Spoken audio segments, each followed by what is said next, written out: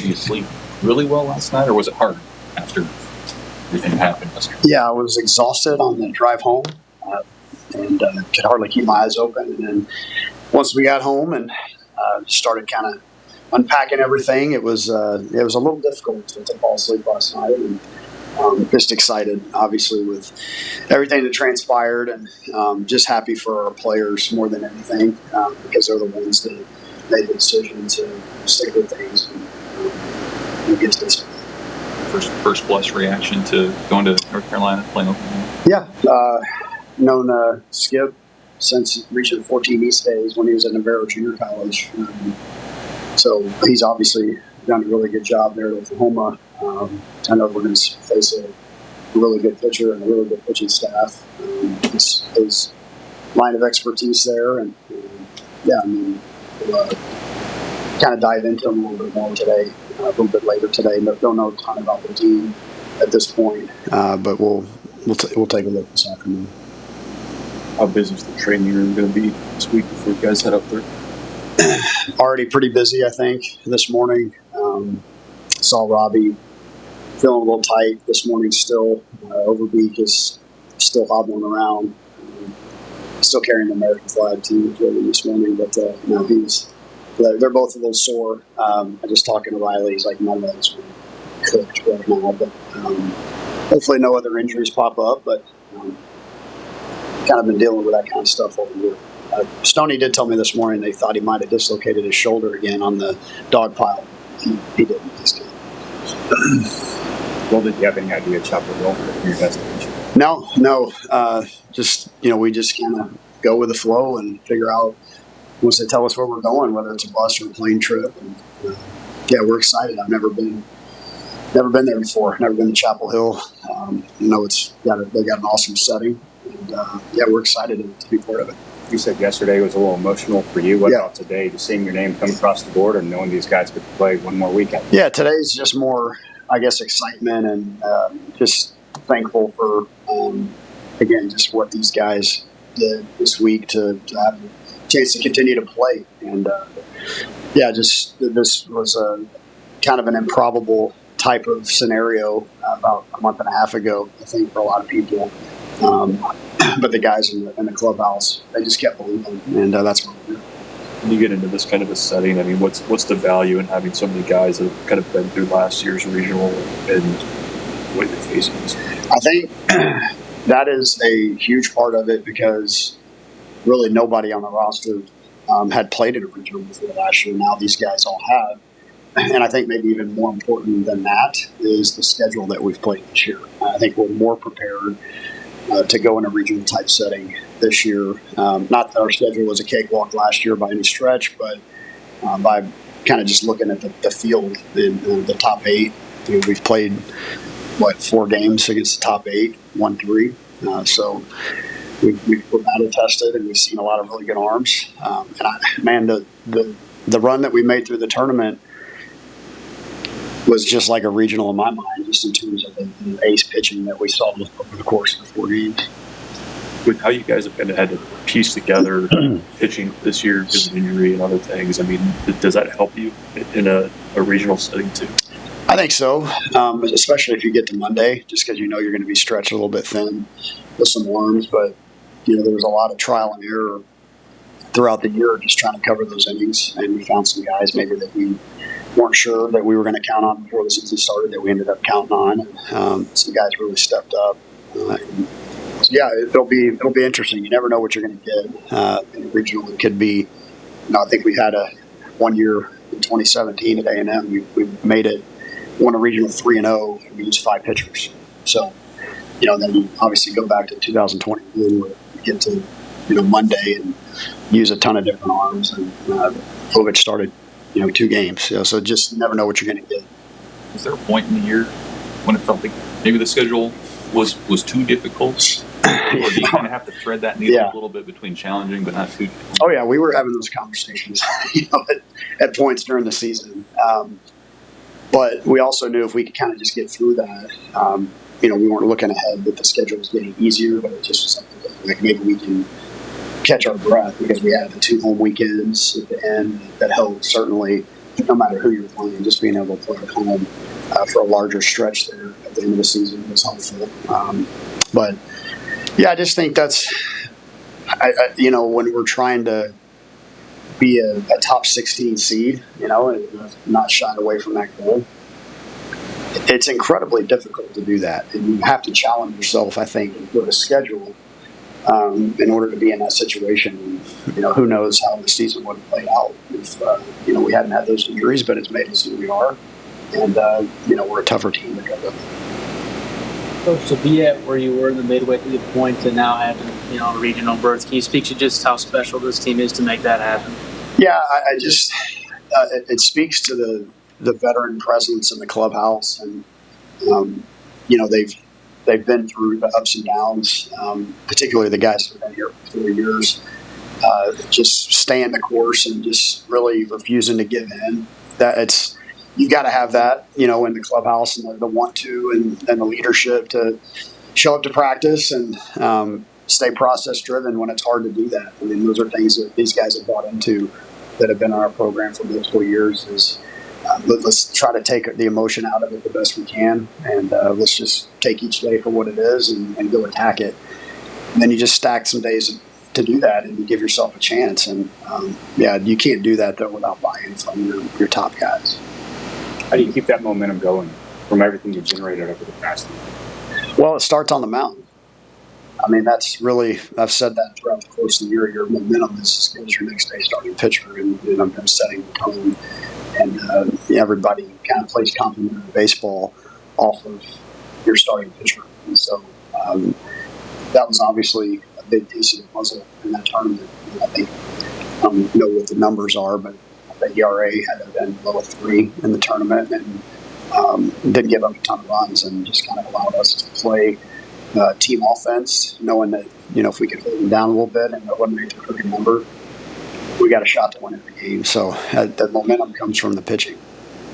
Speaking of the seniors, for a guy like Chris Soto to step back up here after everything he's gone through and he's done for this program, I mean, what does it mean for him just to get another opportunity to go out there and prove himself? Yeah, that was when we were kind of embracing after the game yesterday, him and I. It was just like, I was thanking him for coming back, and he said, thank you for, helping to give me this experience, and so, again, that's why I stand here and do this. It's I love to win, but I want my players to win. I mean, that's really what it boils down to. And he could have moved on and, signed a free agent contract and gone on and pitched in professional baseball, but he loves Nebraska. He loves his teammates. He's bought into what we're doing. And it's gratifying to know that, he chose to come back, and he was such a huge part of making sure that we continue our season. Is there a little added excitement for you, for the fans, just get an old Big 12 rivalry, and what do you remember about those playing games? We actually were talking about that earlier. There's some familiarity. Obviously, we played them last year.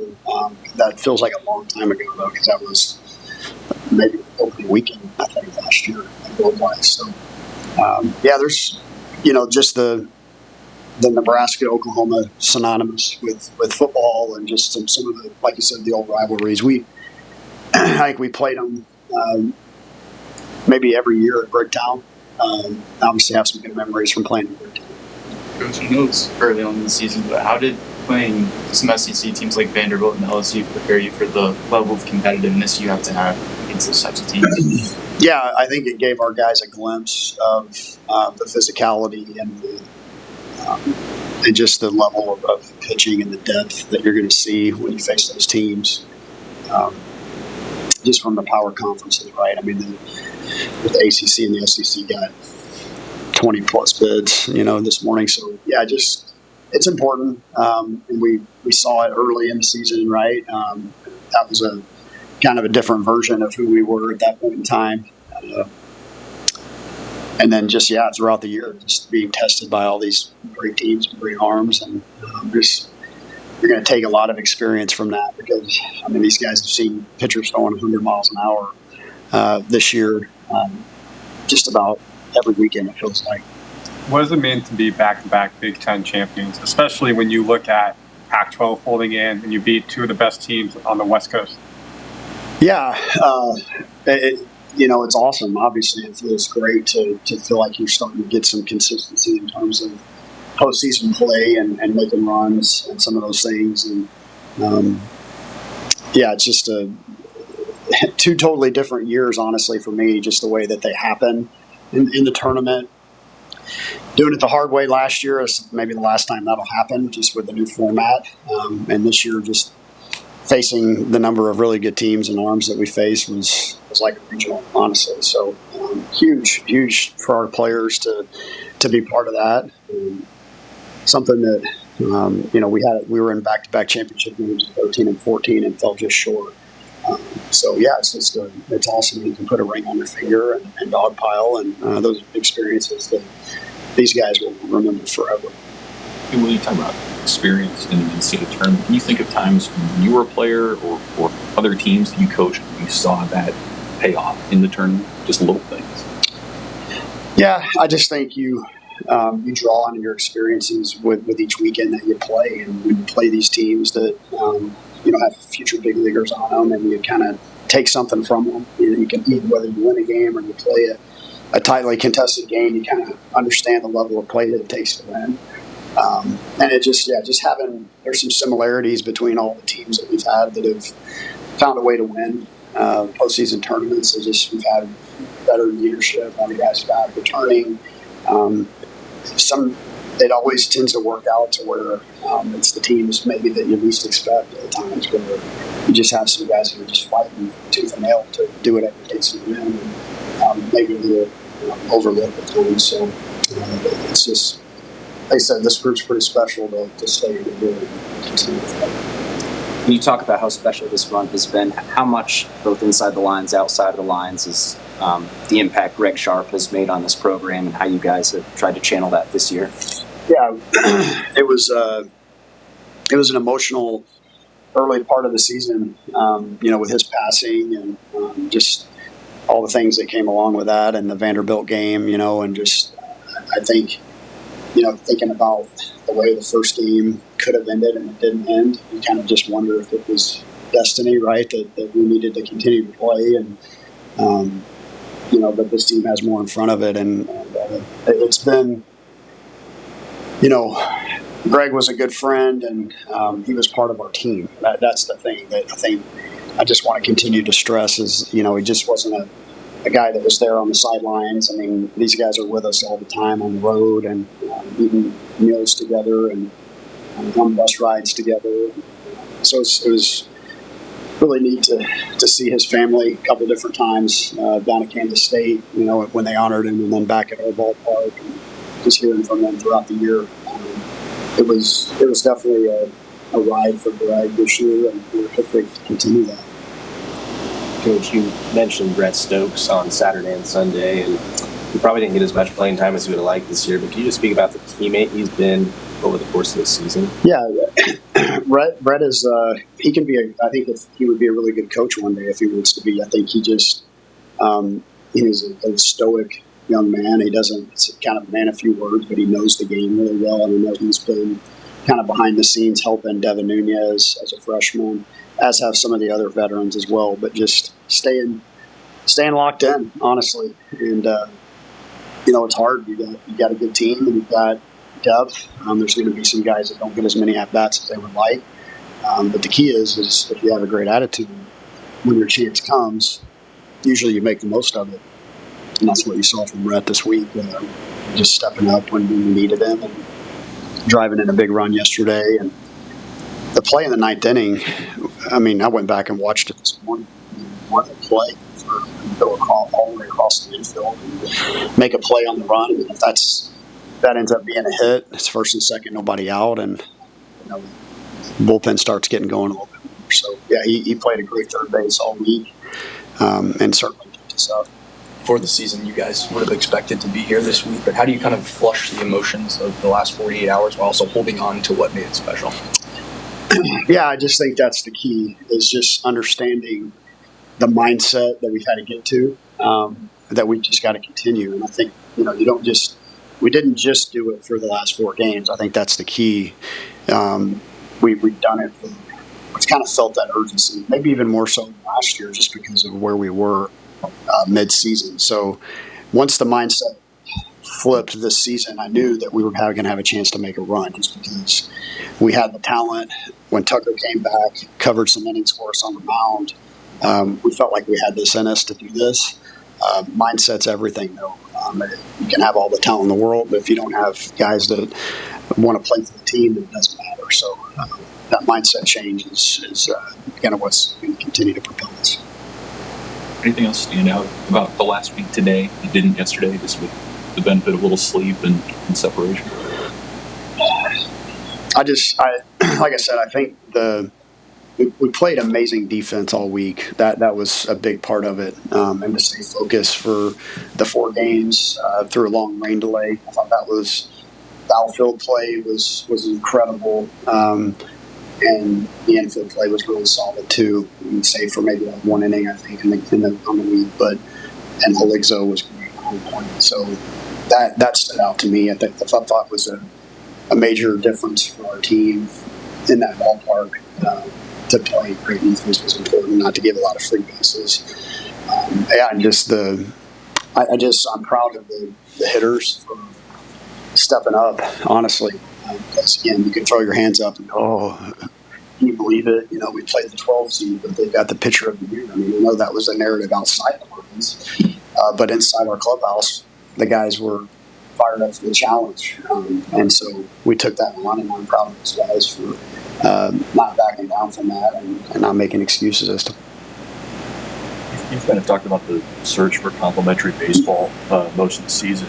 I guess how challenging has this year just been for you as a coach, and kind of trying to figure out which buttons to push and how to kind of get things finally rolling? Very challenging. And again, you just get thrown so many different scenarios in certain years, right? I mean, last year, for the most part, we stayed healthy. I mean, there was not a whole lot of moving parts in our rotation. We were without Overby for a stretch last year. But we've for the most part, we stayed relatively healthy. This year, that was thrown into the wind. I mean, it was like there's just so many different things that happened. Just the number of different identities that we were searching to become, I think, was part of it. And again, just once we kind of got in the groove on the mound and kind of figured out who the guys were that we could really trust, that's when we started playing complementary baseball, because our innings became shorter on defense. We got back in the dugout. Then the hitters started getting going a little bit. So then they were able to feed off each other. Just for the first part of the year, especially until Tucker came back, honestly, it was just like so many long innings on defense. It was just really had a hard time keeping the momentum, for our offense to get going. So that's really where it started. And again, just dealing with the injuries with the lineup. I think the depth of really good players that we have allowed us to continue to just go. I mean, again, you lose Budenbeck for, what was it, the last 8 to 10 games, and we did fine, and Stoney hadn't played in a bit, and he was hitting the 4-hole for a good stretch. So just we have a depth of really good players, and it's like a chess match, right? You're just trying to find the right moves to help the team win. Ultimately, that's the task as the head coach, is to put feelings and emotions aside about certain things and just do what's best for the greater good. And the hard part is getting the guys to understand that as well. And that's been, again, the back half of this season. What we've seen is just a buy-in of, okay, like, we need to win. This is how it's going to get done, and doing what it takes to do that. Stone available last night? He was available. I would imagine he's going to start feeling a lot better this week. There's still some swelling in there, and just seeing him swing. He got some live at bats. I guess it was last Wednesday, one of our practice days, and still just wasn't moving the bat real good. I know he's feeling a lot better now. I think he'll be feeling better by the weekend. Coach, you guys got out to early leads in each of the last 3 games in the Big Ten tournament. How important is it to get out to an early lead here against a really good pitching staff in football? Yeah, I think the statistics were pretty overwhelming. The team that scores first wins 75% of the time, 3 out of 4, something like that. But yeah, it's just it's huge to just set the tone on this and just get out and just kind of show, hey, we're here, we're ready to play. And if you don't score early, it doesn't mean you're not ready to play, but it is important, I think, just to have a great approach in the first inning, and that's what we had. Just where we were on the barrel early. The lack of the 1, 2, 3 innings over the course of the 9 innings was impressive to me. Just means you just keep fighting. So that's what we just got to keep doing.